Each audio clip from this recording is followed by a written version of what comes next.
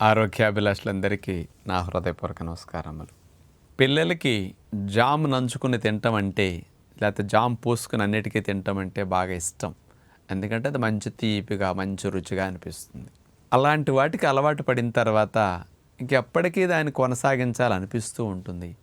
అందుకని పిల్లలకి ఇష్టంగా తింటున్నారంటే పేరెంట్స్ సంతోషిస్తారు. కానీ అందులో ఏముంది, తీపే కదా, ఫ్రూట్ జామ్ అంటే అందులో ఫ్రూటే కదా ఉంది, ఫ్రూట్ జామ్ ఎందుకు చెడు చేస్తుంది అనుకుంటున్నారు పేరెంట్స్ కూడా. మరి ఫ్రూట్ జాములో అసలు ఫ్రూట్లో ఉండే పోషకాలు ఏమైనా ఉంటాయా అంటే, నేతి బీరకాయలో నెయ్యి ఎంత ఉంటుందో ఫ్రూట్ జాముల్లో ఫ్రూట్స్ అంతే ఉంటుంది.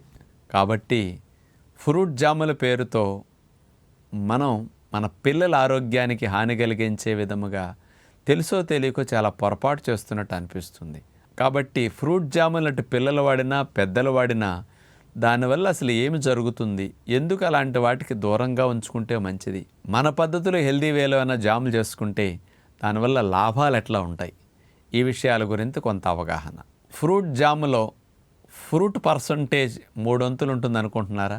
అట్లా అనుకుంటే మీరు పొరపాటు పడినట్లే. ఫ్రూట్ జాముల్లో fruit percentage 8 to 10% fruit percentage ఉంటుంది. అంటే 100 గ్రాముల ఫ్రూట్ జామ్ తీసుకుంటే 8 నుంచి 10%, అంటే రూపాయిలో 10 పైసలు వంతు ఫ్రూట్ ఉండేది. ఫ్రూట్ జాముల్లో ఫ్రూట్ ఫ్లేవర్ కోసం వాడే ఈ 10% ఫ్రూట్, ఆ ఫ్రూట్ జామ్ నిలవ ఉండటానికి వాడే సోడియం బైసల్ఫైట్ అనే ఆ కెమికల్ ప్రిజర్వేటివ్ లాగా నిలవ ఉండటానికి ఉపయోగపడుతుంది ఈ జామ్. దానికోసం కలిపిన సోడియం బైసల్ఫైట్ ఏం చేస్తుందంటే ఈ ఫ్రూట్స్లో మిగిలే కొద్దిపాటి పోషకాలను కూడా ఆక్సిడైజ్ చేసి ఆ పోషకాలు నాశనమయ్యేటట్టు చేసేస్తుంది సోడియం బైసల్ఫైట్. మరి ఫ్రూట్ జాముగా అవ్వాలంటే ఎంతసేపు మరిగించాలండి? హై హీట్కి గురి చేస్తాం, ఎక్కువసేపు ఉడికిస్తాం. ఆ ఉడికించేసరికి వేడికి ఫ్రూట్లో ఉండే పోషకాలన్నీ ఏమవుతాయి, అసలు 3 వంతులు పైగా పోతాయి. అవి ఒకంత మిగిలిన ఈ సోడియం బైసల్ఫైట్ నిలవ ఉండటం కోసం జాము కోసం మనం కలిపిన దానివల్ల ఆక్సిడైజ్ అయ్యి చెడిపోతున్నదట. కాబట్టి జాముల పైన ఫ్రూట్ జామ్ అని రాసినప్పుడు ఆ ఫ్రూట్ పేరే తప్ప మనకి పోషకాలు ఉండవు, దానివల్ల లాభం అసలు ఉండదు.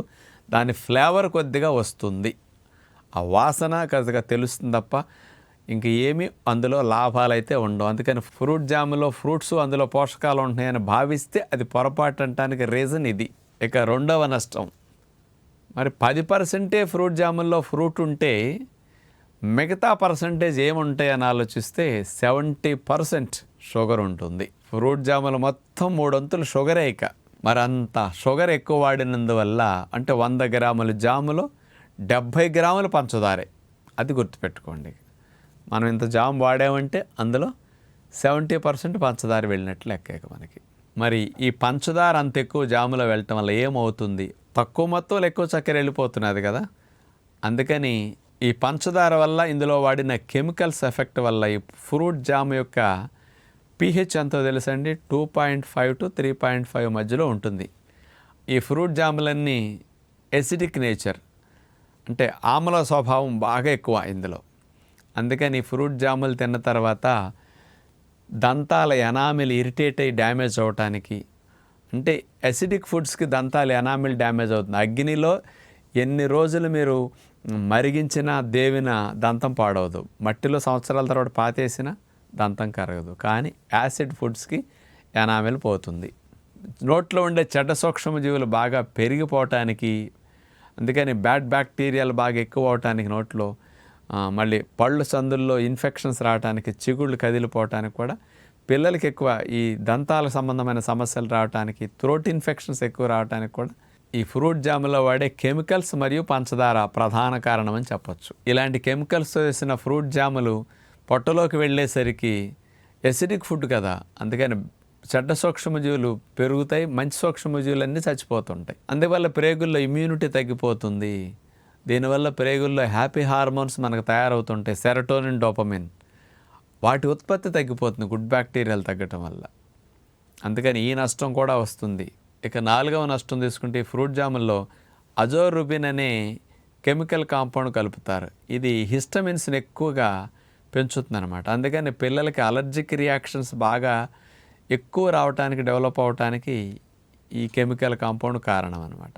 అంటే ఏమి లేదు, ఇలాంటి కెమికల్ వల్ల ఏమవుతుందంటే బ్లడ్లో హిస్టమిన్ రిలీజ్, అలర్జీ ప్రేరక పదార్థాలు ప్రొడక్షన్ బాగా ఎక్కువైపోతుంది. అందుకని అలర్జిక్ రియాక్షన్స్ లంగ్స్లోను, ఈ సైనస్ అందుల్లోనూ తుమ్ములు, ముక్కు కారటాలు, శ్లేష్మాలు ఎక్కువ తయారవడానికి కారణం ఇవి. అందుకని పిల్లలు జామ్ ఎక్కువ తింటే జలుబు, దగ్గులు బాగా ఎక్కువ తరచూ ఎందుకు వస్తాయంటే ఇలాంటి వాటి కారణమని చెప్పొచ్చు అనమాట.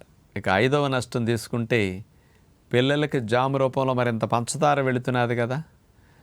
1 గ్రాము పంచదార 4 క్యాలరీల శక్తి అండి. మరి వాడికి 50 గ్రాముల పంచదార అన్నా ఇంత జాము తిన్నప్పుడు వెళ్ళిపోతుంది కదా.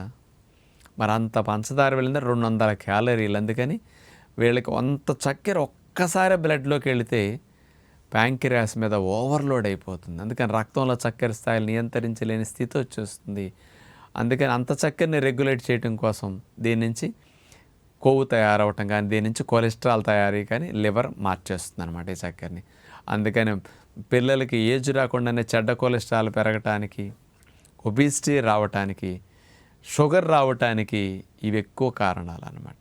కాబట్టి ఇలాంటి పంచదారతోనూ కెమికల్స్ తీసేసే జాములకు బదులుగా మన ఇంట్లోనే ఫ్రూట్ జాముల్ని తేనె వేసి చేసి పెట్టుకోండి. పిల్లలకి అసలు నష్టం ఉండదు. కొన్నిట్లో కావాలంటే ఖర్జూరం పేస్ట్ వేయండి, కాదంటే ఎండు ఖర్జూరం పొడి వేసి ఫ్రూట్ జాములు చేసుకోండి, ఇంట్లో నిలవ ఉంటాయి. దీనివల్ల ఏమవుతుంది, లేదని ఫ్రిడ్జ్లో పెట్టుకోండి, వాడుకోండి. ఫ్రెష్గా 10 రోజులకు ఒకసారి చేసుకున్న 15 రోజులకు సరిపోతుంది. అంటే మనం చేసినప్పుడు ఎక్కువ వేడికి గురి చేయం కాబట్టి ప్రిజర్వేటివ్స్, కలర్స్, ఈ కెమికల్స్, సోడియం బైసల్ఫేట్ ఇట్లాంటి ఏం కలపం కదా. అందుకని మనకి నష్టం రాకుండా పిల్లలకి మంచి జాములు పెట్టినట్టు కూడా అవుతుందన్నమాట.